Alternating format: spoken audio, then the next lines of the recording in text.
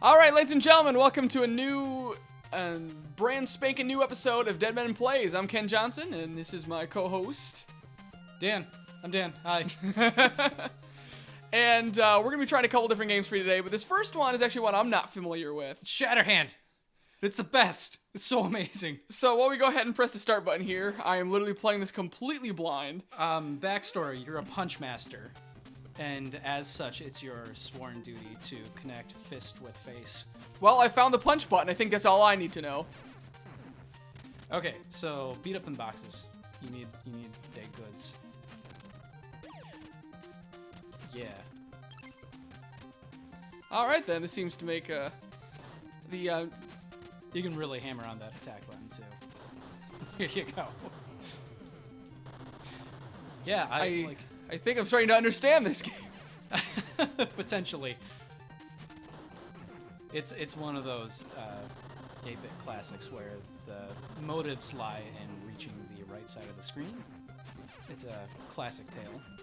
Okay, press it down when you're on that. Now, when you got the red shirt, you do more damage, but if you take a couple of hits, you lose it. Okay.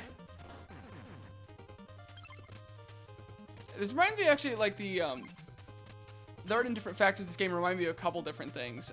The art style in general actually reminds me of the NES Bionic Commando, but a little bit of Ninja Gaiden mixed in. Yeah, I could see that. I think that there's a little more dimension to it than Bionic Commando. If anything, it really reminds me of the Batman NES. Mm-hmm. And yeah, like I guess you're gonna love this. So every different combination of A, B, and A gives a different little summon that has different weapons. So I'd say the sword is probably the most reliable, though. And if you can, you want to try to match up the same summon that you just had. So if you get another A, B, A, or just go for that. It's great. Fair enough. Yeah, no, as I was saying, I think I found this game on chance, just like in somebody's recommendation list of like, hey, a bunch of NES games that people probably overlooked. And yeah, sure enough, like I was watching somebody played this. Oh yeah, go up there, jump at that thing. On it. Okay. If you press up on the mesh, then you can grab it, and then press down while you're on the pad. There you go. Yay, all the healths. Yeah, all the healths. Yeah, and I just looked at it and like I was like, this game is for me.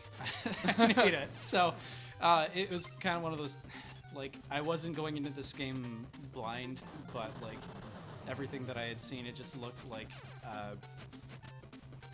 I don't know why it was, like, so appealing. I think it's just, like, it's a really elegant action game. Like, the spirit of this is kind of like what I see in Shovel Knight a lot. I see that. I very much see that. Where like the challenges are like really straightforward and simple, and so is like the ultimate goal, but it's just got a really great presentation, and that little like summon thing just made me like so curious about trying to find all of them.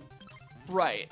So of course, like I still haven't beaten this game, but I've probably tried like every combination of summons. Fair enough. Now the strange one this reminds me of is gonna seem kind of like a weird comparison. Go right. Never mind. This feels like a really clean, in general, this feels actually like a really clean and better looking version of Bad Dudes. Bad Dudes is kind of weird because it's got, it had like this really odd combo system, or not like a combo system, but almost like a fighter where like different button inputs would like have a different type of attack, whereas this is like straight, just like jumping and attacking and things like that. Yeah. I actually have Bad Dudes. We can nice. If that'll fire. Say Ronald Reagan from the president. What's funny is when I as a stand-up comic, I actually once wrote a joke about Bad Dudes, like in my last set. Cause it's prime for commentary. Because like the thing I had with as a comedian is unfortunately like a lot of the time I run into learning like really old impressions, but I can't come up with anything to do with it actually. And so, like, a ways back, like, I came up with a Reagan impression, but I couldn't find anything I could actually do with it. And then I played Bad Dudes, and like, oh, we're saving Ronald Reagan from aliens. I mean, from ninjas. I'm like, oh joy. Yeah, the thing about that is that it's, like, I don't know, I guess that requires enough, like, historical knowledge of the impression for, like, the impression to be valid and not just, like, here's this voice that I could be just saying any other voice, but it's funny because it's Ronald Reagan. It's like, because I was always thinking about the whole thing, and I'm like, and I wonder what the meeting with his Secret Service was like the day after that game happened. It's like, no, would somebody in here like to explain to me what the hell is going on? You guys are supposed to be protecting me from the Russians, not the villains of the Teenage Mutant Ninja Turtles. And then you get bad dudes They too. are just like the Foot Clan. Holy cow! Like I haven't played or thought about Bad Dudes in like 10 years because it's Bad Dudes. I mean, yeah, it's not much to think about. It's yeah. No. When I was playing that game, the only thing I remember is like that little helicopter kick. And Yeah. how like you can just abuse that to get through the whole game. And because it was a Data East game, it has like I think it's the like main character of Karnov is a boss or something like that. Or Yeah. maybe it's like one of the villains in Double Dragon is in there. So I remember that. I remember propeller kicks and bosses. Yeah. Okay.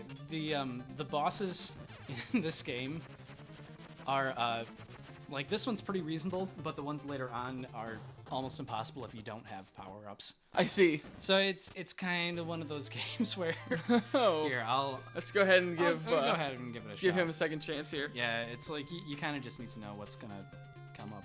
Fair enough. So that being said, it is cool to see like that there was just so much room for like different kinds of projects and fun ideas to exist back in these NES days. Like, just because of the fact that like we were such a new medium that there was no real status quo. You could just do whatever you wanted, and like if it could get you from point A to point B, it was considered a masterpiece almost. Yeah, right. As far as being a game designer is concerned, like, does it play? Yes. Okay, ship it. Hey, that mentality seems to be prevailing in That's a today's that AAA that is market. the way we'd like to. I don't really know that much about AAA games. I know a little bit more. I play but Shatterhand on NES. You know, that's. I hear you. I had a couple AAA games from last year I really enjoyed, but most of them, like I said, were more in the aesthetic of these older games. Like in tone wise, like if I had to pick my game of the year last year, to be honest, it'd probably be Wolfenstein. Oh yeah, the New Order. I heard Yeah. that was really good. It is really good because it is a perfect balance of old and new, and they did something that I'm hoping that the new Doom game figures out how to do, which is to make the older corridor-seeking, adrenaline from that kind of shooter actually work in like a full-dimensional shooting game. No, and I think that's what I heard kind of about Wolfenstein New Order. I heard a lot of comparisons. Jeez, words. I heard a lot of comparisons to Spec Ops: The Line, and how that's basically just a shooter, but it's just staged really well and paced really well, and it's got a really great story to accompany it. Oh yeah, So- Wolfenstein's story is fantastic. Yeah, and that's what I've heard as well. So I'm really interested in that. If it goes on sale, I'll probably pick it up. Yeah, I mean, the only reason I haven't picked it up is because I'm waiting to Eh. get a PS4 and play it that way, Eh. or get it on PC. Get over here, you little scamp. Get over here! Oh, hey, yeah. Now we're just I mixing have franchises. I have to imagine that everything in life would just be easier if I were Scorpion. Like, I don't know, like going shopping, being like the peanut butter's all the way down at the end of the aisle. Get over here! I was never able to get too much into the older Mortal Kombat games. They're always just like it always felt like the AI was too button mashy in the older ones. I'm still not a fan of the series, really. Huh. Yeah, I haven't played as much of just like the Mortal Kombat like remake. I played a little bit of it, and I've played Injustice, and honestly, I've given both of those their fair go, but I still just can't get into them. Fair enough. And like I'm not a huge fan of fighters, but I really like a lot of the arcadey ones. Like I guess I played a lot of like some of the older Virtua Fighter games. Yeah. And I really love Soul Calibur 2. It's probably my favorite. Oh 3 yeah, is Soul awesome as well. Calibur. But Yeah. I think a lot of that comes down to how fluid the movement is, and I don't get that out of Mortal Kombat. And I understand that a lot of people like find that it's a spot-on replication of the older games, and that's fine. But I didn't really play any of those either, where it's like really simple button combos, but you have to press them like really dang fast. And a lot of the like more recent fighters, I guess, that I play are kind of like fluid in their combos. So there's like a thought process to like which move you're gonna string together instead of like having it planned out like right beforehand. And I feel like, you know, there is some of the planning as you go in Mortal Kombat, of course, but I think that like more of it's like knowing exactly like how you're gonna go into a move, something like that. So like my default when I didn't know how to play those games at all, and I still do this with Street Fighter because I don't know how to play that either, is like jump, low attack, and then some kind of special, because that seems to have the same effect in every game where it's like you catch them off guard and then you can trip them and then do something or other. But the problem is that people catch on to that really fast, and I don't stand a chance against like repeat playings.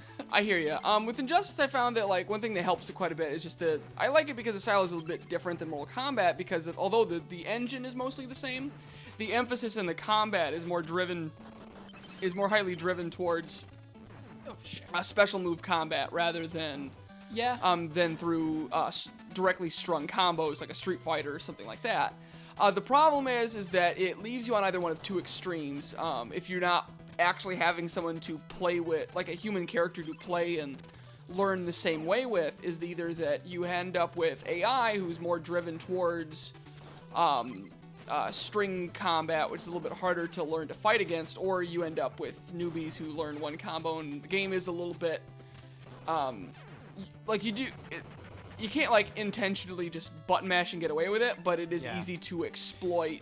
But it's I think like, so. I don't mind it's easy to exploit though as much, because it's not like something you like. You have to really try to like be a dick and like exploit that game. So it's like I can't blame as much on the game because you don't do it with a person being unaware of it. Like you have to be really aware of the fact that you're being a jerk about it, rather than the game just kind of, not feeling that there's any skill to it when you actually are trying to win. Sure. And I guess that my biggest problem with it, and it's not unique to that game, is that it's just not Smash Bros. That's a very good point.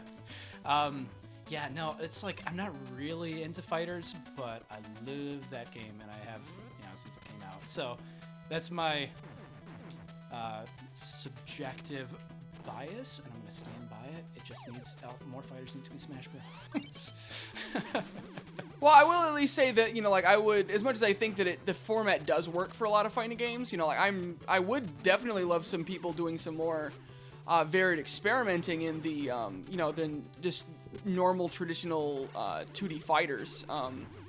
And there's a lot of games who have strung away from that, like the Naruto Ultimate Ninja games, where they're actually like 3D and like they're 3D arena fighters, rather than being side-scrolling.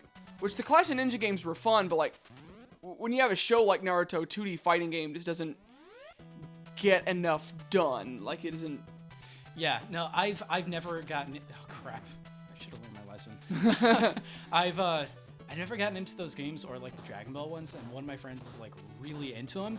So he's tried a few times to kind of get me to play those, and I don't get them. I don't know if part of it's that like, and it's my problem with learning to play euchre, where people tell you the functions of those things and they think that's equivalent to playing the game. I'm like, no, I still don't understand this.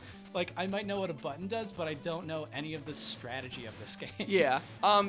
Contrary to my previous point, I actually will say I actually prefer the 2D side-scrolling Dragon Ball Z games than the newer ones. Yeah. Because the problem is with the newer games, you have too many options. Like there's just it becomes too. Your abilities to attack and your abilities to dodge are too big. Like everyone can dodge everything and everyone can attack with everything. So like all the epicness of your big attacks are destroyed with the fact that like anybody who can shake a nunchuck can get away from a spirit bomb. Oh yeah, I've never. Rather than like the skill that it takes to like pull one off in the old 2D side-scrolling game where like you're getting hit with it. Like you might be able to spin the controller and limit the damage, but you're gonna get hit with it. Right, and like I know I'm not giving these things their fair share, and I don't like dislike games for not being Smash Bros.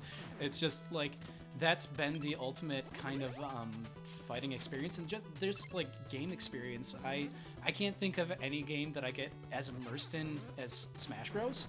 And I think that a lot of that has to do with just how like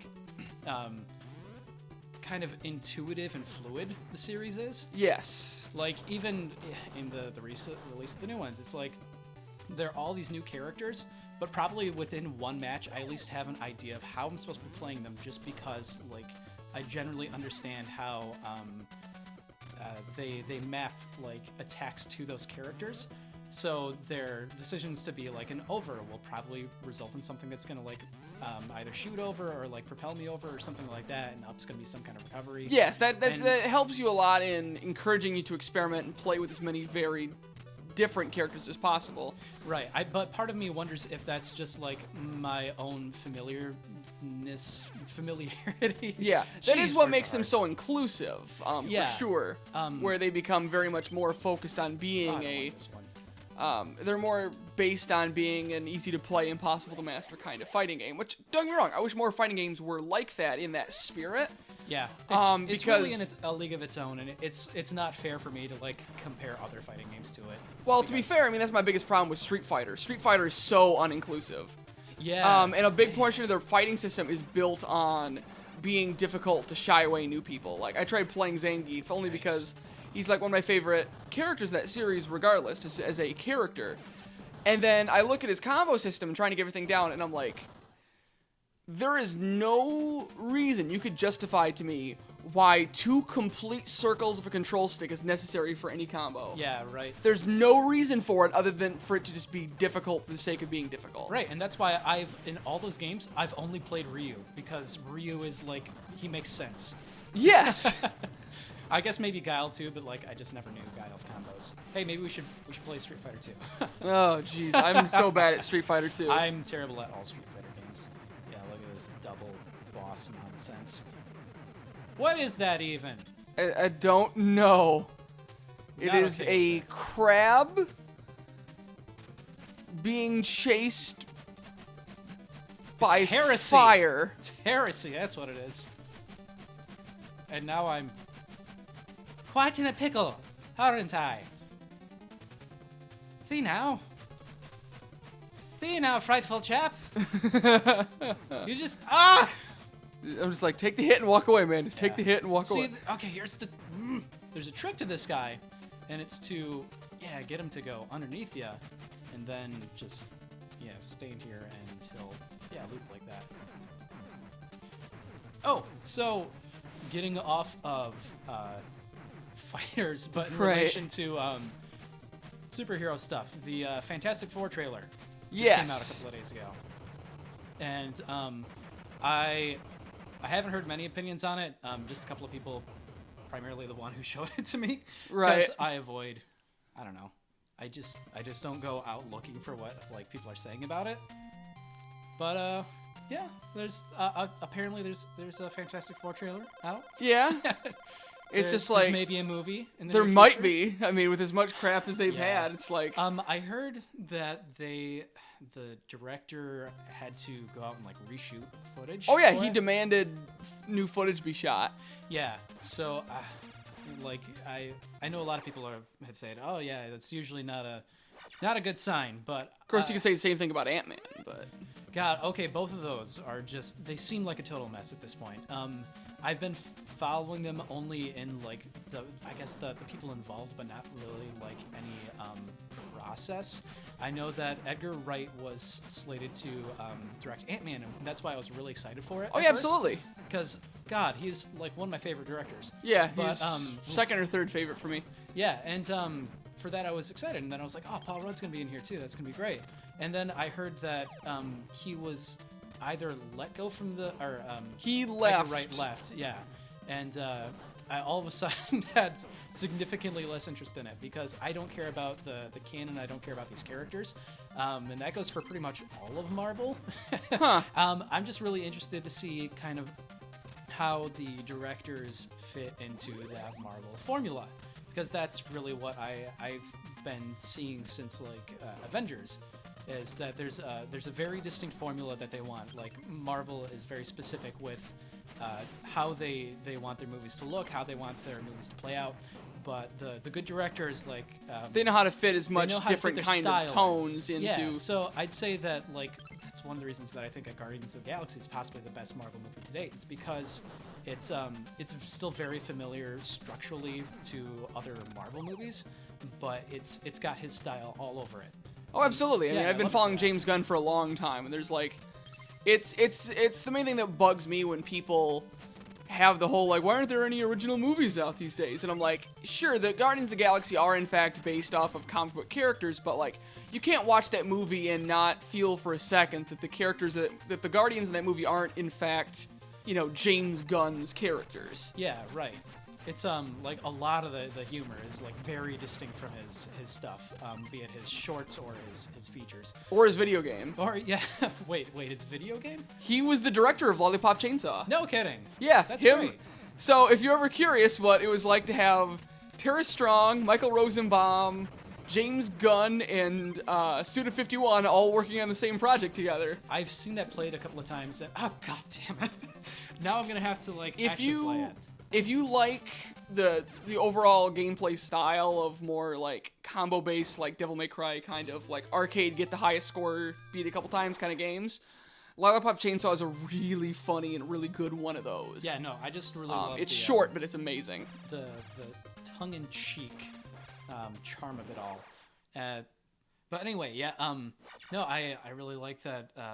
A lot of Marvel movies have had like they've got the fingerprints of a specific director, and I kind of worry when it seems like they're just trying to put out this stuff just to have it out there, and they're going through crap.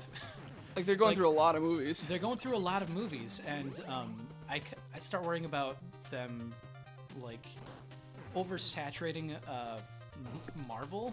I understand, yeah. I mean, as far as at least I wish other people were more on their level, not necessarily wishing that Marvel would do less, just wish other people would do more. Yeah, I guess I mean, jeez. God, where was I going with that?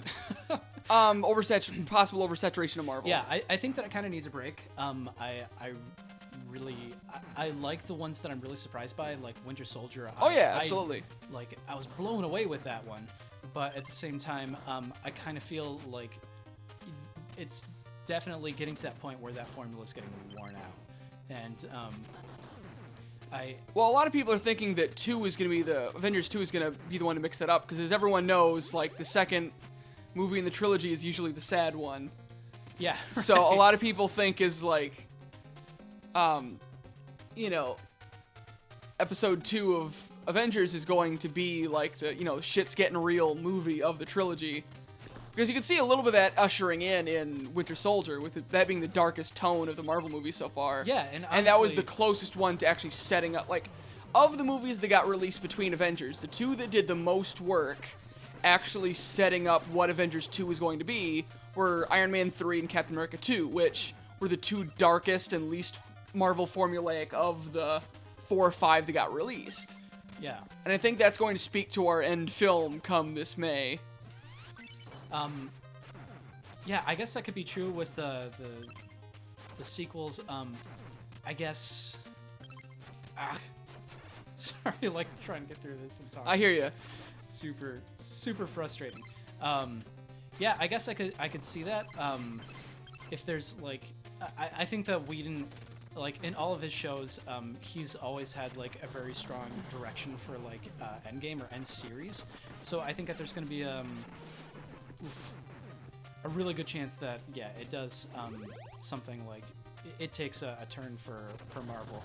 But there was definitely also just like the emulation of Avengers after that, and again, it's worked out for like Guardians because the style and the tone is just so. It's already fit for Guardians, yeah. Yeah, it was fit for Guardians, but I kind of worry about like just needing this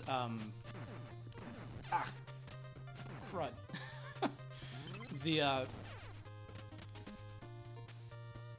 We can edit this out in post, right? Oh, sure. Of course, right. Sure. I guess, like, at this point, I can't pinpoint my exact worry for, like, Marvel as just overall in the scale of film. I think that there's always the need to repeat their previous success, and in that it becomes a lot of emulation, and sometimes it works out, and sometimes it just looks tired. I understand what you mean. Like, it's one of those things where, like, I understand the argument from people, but the problem is, like, the argument would be a lot easier to have if Marvel wasn't being so good at it currently. You know what I mean? Like, they haven't had a bomb yet, and they're, like, 10 movies in. I mean, sure, some have been better than others, but they haven't sunk a ship yet, and they're almost 10 movies in. They're, I would say that for every great Marvel movie that we see, there have been a couple of lackluster releases. Yeah. I'm sure that they did fine financially, but, like, I guess I did not like Amazing Spider-Man. I didn't like it at all. And, yeah. Well, that one's not Marvel Studios. That one's it's not Sony. Marvel Studios, but yeah. right? I guess that's the difference in that. Oof. But then there's yeah, you know what? You're right. Because I was gonna bring up Wolverine, but that's Fox as well. Yeah. Like, 'cause I can understand the idea of the over. Because I've seen some people argue over the oversaturation of market on a couple things, but the problem is I've had somebody break this down really interestingly, where he brought up the fact that, like, whether it's fair or not, like, you can't think of any other medium that people consider things of the same backing to be considered the same genre, or too many of those things. Like, technically, Harry Potter and Moby Dick both come based off of books, but that doesn't necessarily mean they're in the same genre, or that too many movies because of those two are made off of books. And everyone's like, well, just make it comic books then. I'm like, well, yeah, but that doesn't mean that every movie based on a comic book has the same feel either, where Iron Man 3 is an exploration of, you know, science fiction, post-traumatic stress disorder, while, you know, Guardians of the Galaxy is an over-the-top, space-age 80s romp. Right, and I think that's great because those movies have such a distinct personality to them. I guess it's also just pushing out all of these characters for what essentially, in a lot of cases, turns out to be the same movie with just a different face attached to it. That's what I'm hoping a lot of people are hoping that, because that's the main reason that Avengers 2 is such an important movie. It's going to decide whether or not Avengers 2 is actually going to try to be something like Avengers is, or if we're going to get Avengers but slightly bigger and with more explosions. Oh God, this guy's so tough. Okay, crap. This is what I was talking about when I was saying that, like, it's really hard to beat some of these bosses without a summon. Jeez. Yeah. But yeah, like I said, it's like, I think Avengers 2 is really like probably one of the most important in the idea of the franchise actually going full circle. Because this is their first time to, like, they've had their fun and experimented with, like, you know, like Avengers 1, for better or for worse, is like a celebration of its own existence to an extent. And it's a really good one. But as far as, like, Avengers 2 is the one where they're actually going to test whether they're just going to keep pushing these out, or if they're actually going to try to, like, test audiences to handle bigger and darker storylines and that kind of thing, and, like, actually show people the comic book movies can be more about beating up the bad guys and so on and so forth. And they've dabbled in that before, but Avengers 2 is the first one where, like, we actually have, like, they're actually going to probably, like, really try to show that off more. Well, it's like, I don't think that it's a turn for beating up the bad guys anymore. Okay, and I think that, like, what I was trying to go for in, like, my previous statements was how I think we've moved on to a generation of superhero films where the Avengers is the standard, whereas I think that for a long time we were in a generation, probably for the past 10 years, where the standard was the origin movie. Yes. And then all these movies were essentially the same thing, but with a different character. And then now that with the success of the Avengers, I think that we're into, like, that ensemble kind of a thing. Yes. Where it's the kind of the origin of several characters at once. And and I think that Avengers. Yes. I can't believe I got him without the abilities. I think that Avengers 2, especially because of Whedon's involvement in it, has really good potential to change up the formula, so that there isn't a reliance on the repetition, but that individual series can grow in their own, like, timeline and with their own characters and everything, instead of having to have all the things from the studio, like, look and play out similarly.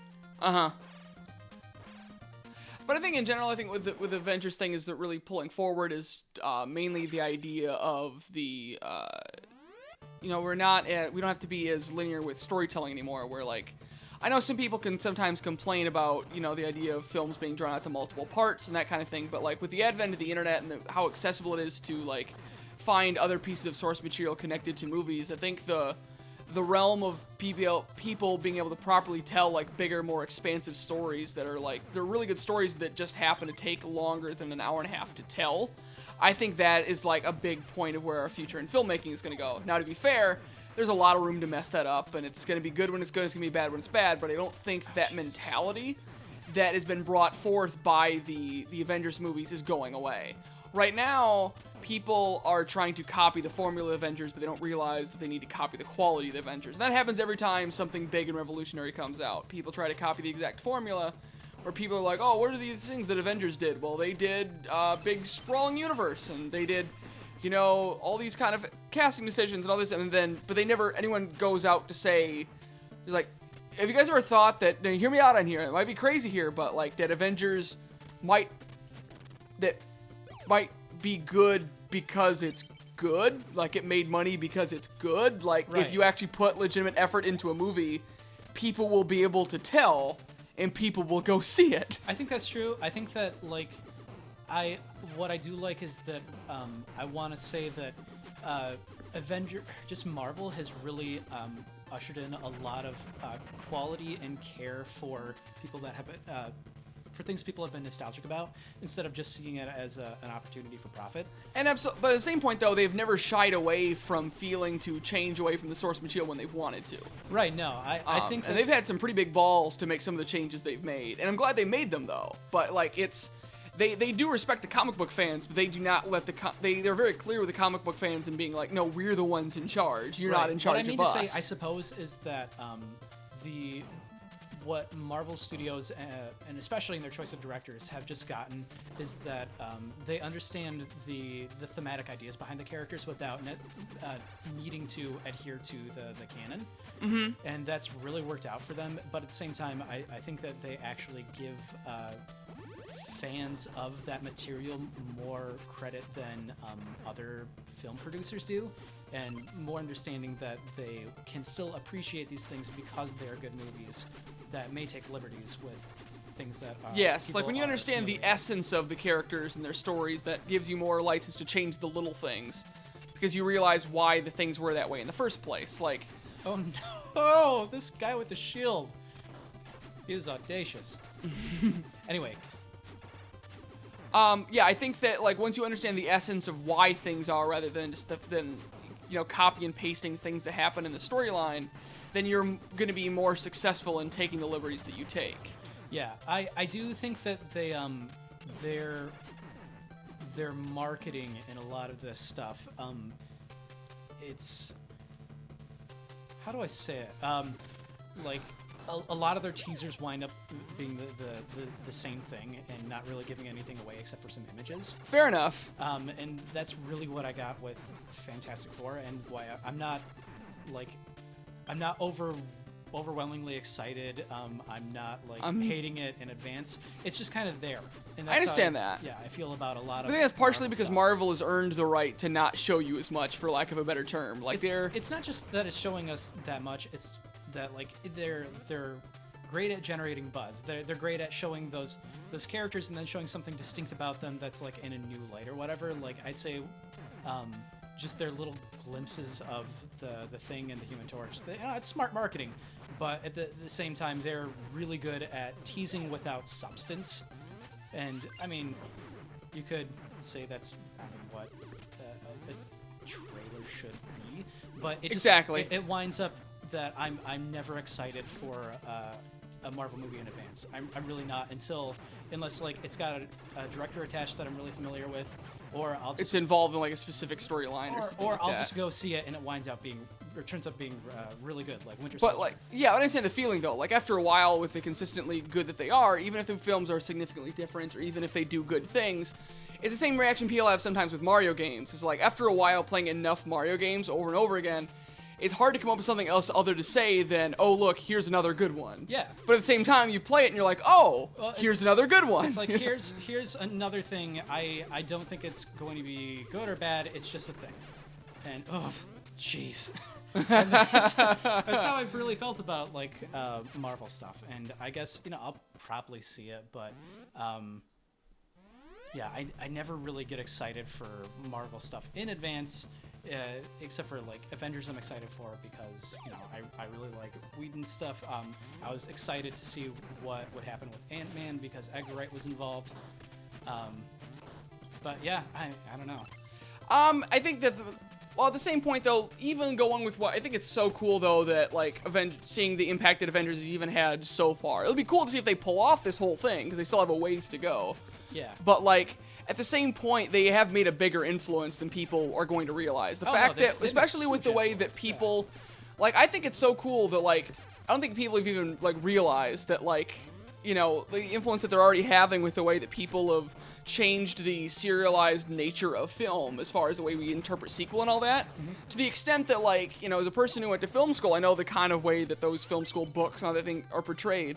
And the idea that, 10, 15 years from now, when the next group of film school kids go to school and they get their new textbooks, that, like, legitimately the release of Marvel's The Avengers is actually going to be listed, well, I'll guarantee you, is going to be listed as actually, like, a major modern milestone in the history of film. Yeah. I think is actually a bigger deal than people realize. I think that they have actually done something very significant with the nature of the blockbuster movie. Oh, absolutely. And that, because we were stuck in a rut all the way through the 90s and most of the 2000s with that, and now they've brought back this sense of, what it really does mean to be this kind of movie. No, I think that what's really interesting about it is that they have come up with the idea of, like, the interconnected blockbusters, where it's the event movie, but it's event movies that are, like, all connected in some way, and because they can assume that there is going to be some sort of audience familiarity with all these characters, they keep on building with that, and that's why they're okay with, like, the overlapping in all these movies, because it's so pervasive. Okay. Like, chances are, I think we're gonna call it on that level right there. I think we should probably change up games. Yeah, go. But thank you guys for joining us on the first part of our little Let's Playness here. So go ahead and click the link in the description to find another one of our videos. You can check out more of our content at deadmeninc.com in the description below. And we will see you guys next time. Later.